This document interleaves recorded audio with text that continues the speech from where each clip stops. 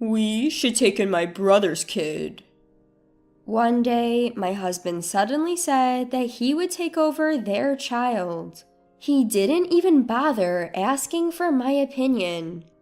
I'm reaching my limit with his increasingly arrogant behavior. I have to do something about this situation for the sake of my daughter and myself. My name is Carrie. I've been married to Scott for 5 years, and we've been together for 7. We have a lovely daughter named Tracy. She is 3 years old and has just started preschool. Life is simple, but peaceful and happy. I wouldn't trade my life with Scott and Tracy for anything. Then one day, Scott's brother Daniel got divorced. Daniel and his wife had a 4-year-old son named Bobby, and Daniel took custody. But it seems taking care of the kid was harder than he thought. Soon after the divorce, Daniel left a note and disappeared, leaving Bobby at their parents' house. Scott and I were called to his parents' house for a family meeting. The first thing his dad said was, Scott, Carrie, could you please take care of Bobby? I couldn't believe my ears. Wait, you want us to take care of Bobby? We're getting old and it's getting tough for us. You already have Tracy, right? What's one more kid? That's a bit much. Scott's parents have high blood pressure and frequent doctor visits. His mom even had a stroke before, so I knew they weren't in the best of health. I know it's hard for both father-in-law and mother-in-law, but we have Tracy, and taking on another child is just too much. Scott and I both work, so it's not like we're struggling financially, but that's beside the point. We're busy with work and already exhausted from taking care of Tracy and the household.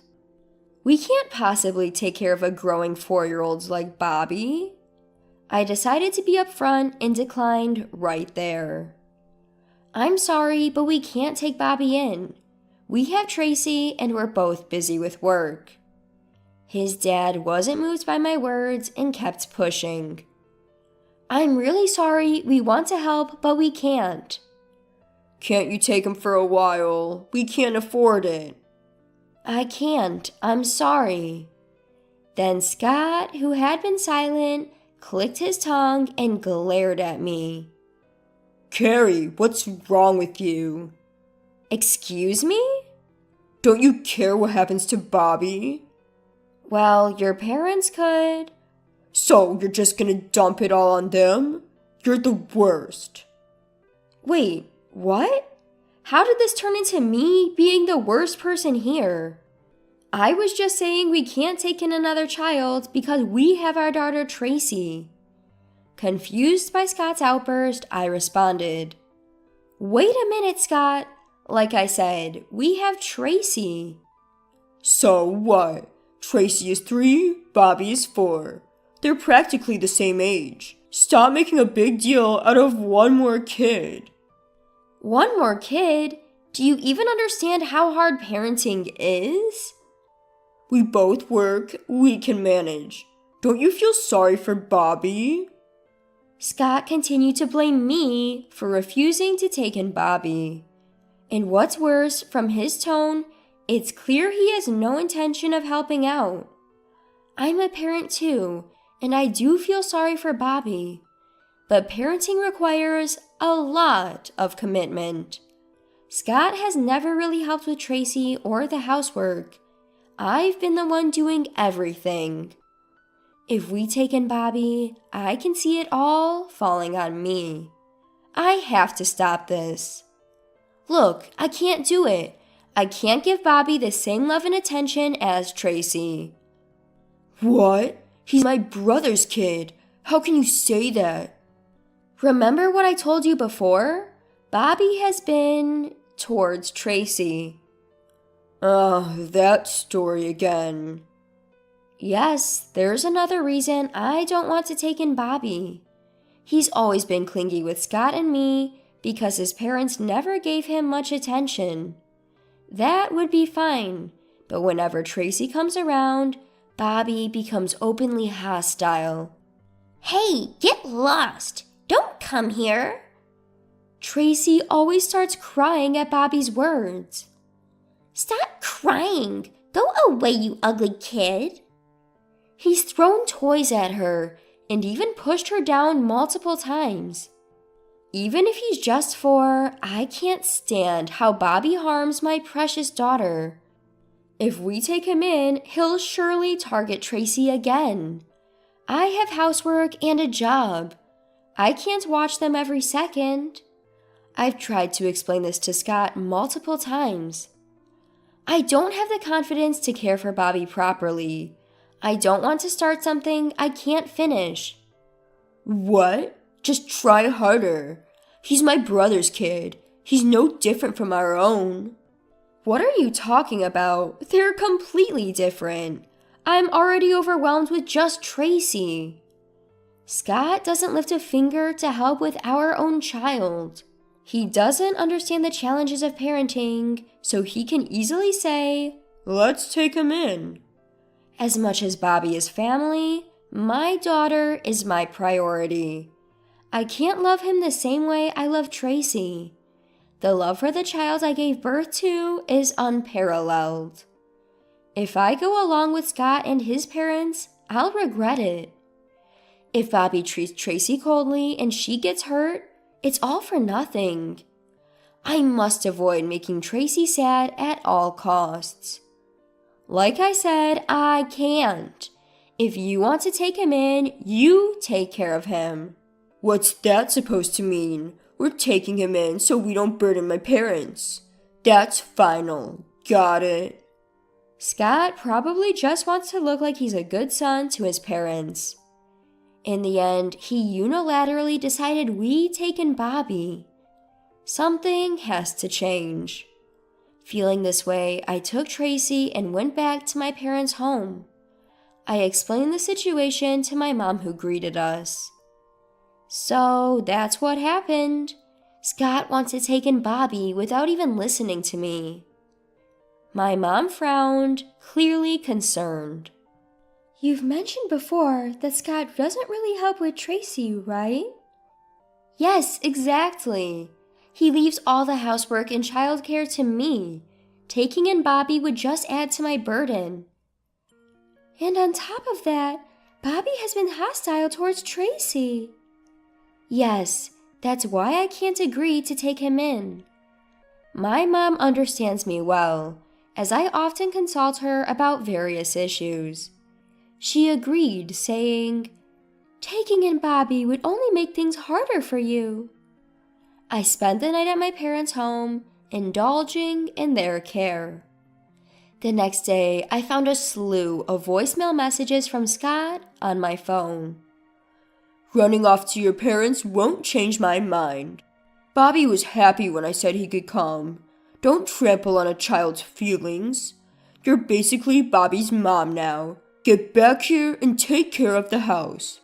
His unreasonable demands left me more stunned than angry.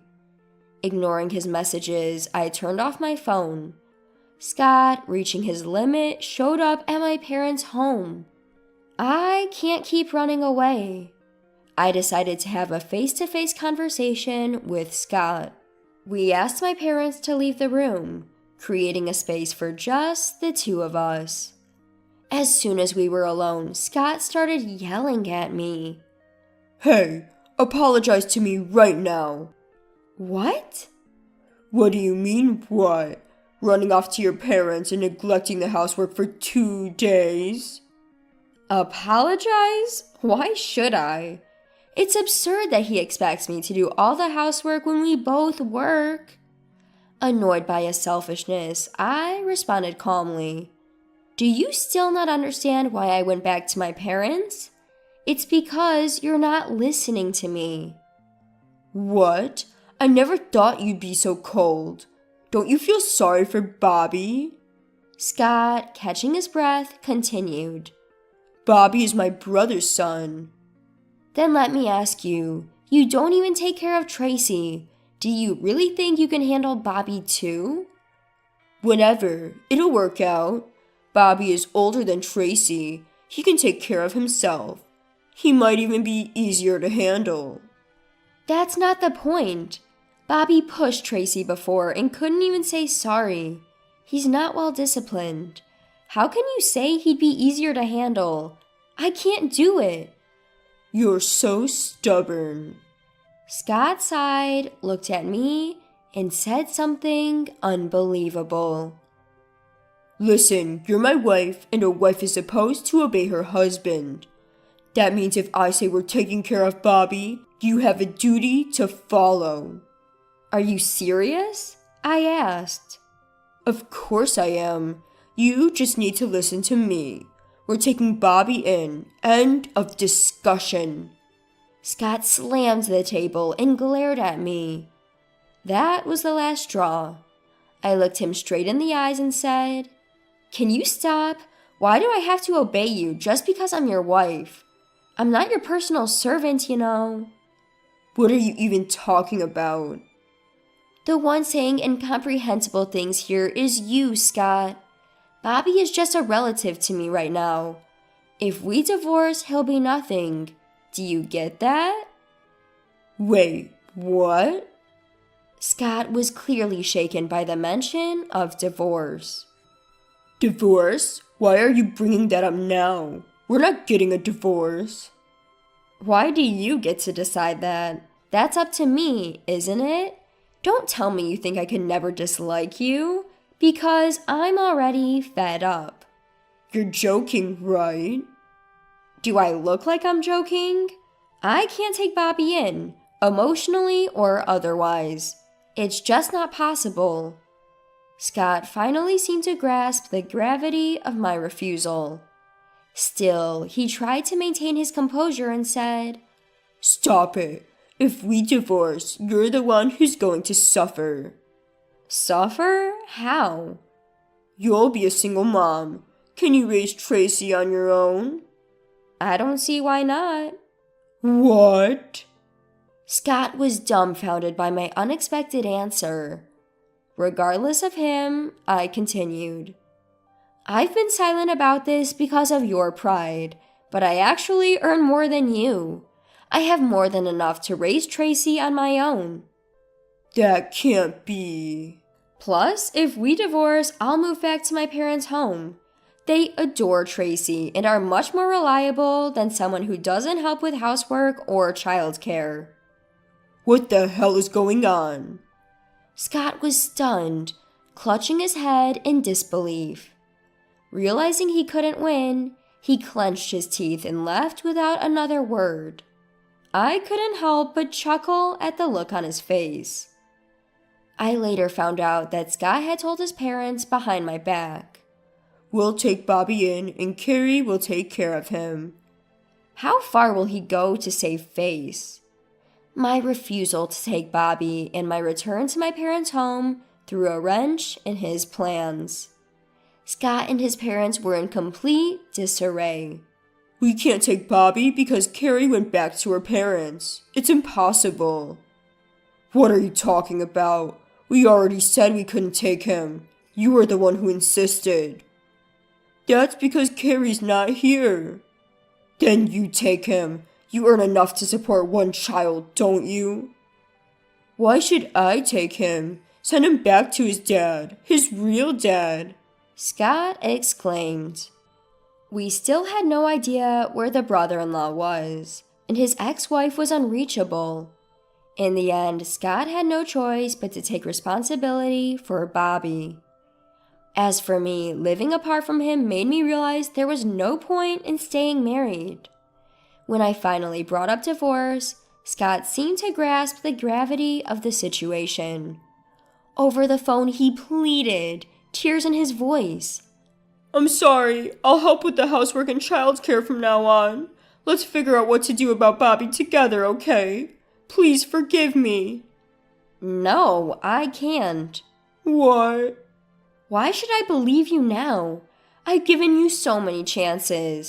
I've asked you to help and cooperate, and you've ignored it all. It's too late to ask for forgiveness. But. I'm not heartless. If Scott had been helping with childcare and housework, if he had shown a willingness to work together on Bobby's situation, things might have been different. But the one who dismissed my feelings from the start was Scott himself. I'm not naive enough to believe his convenient promises. We officially divorced after that. Of course he's obligated to pay child support for our daughter. Between taking care of Bobby and now having to pay child support, his disposable income will likely shrink. He's still searching for his brother, but with no luck so far. Apparently, he's having a hard time managing Bobby. Well, he brought it upon himself. As for me, I'm living peacefully with my daughter and parents. I do feel sorry for Bobby, abandoned by his biological parents, but I hope my ex-husband learns just how hard housework and childcare can be.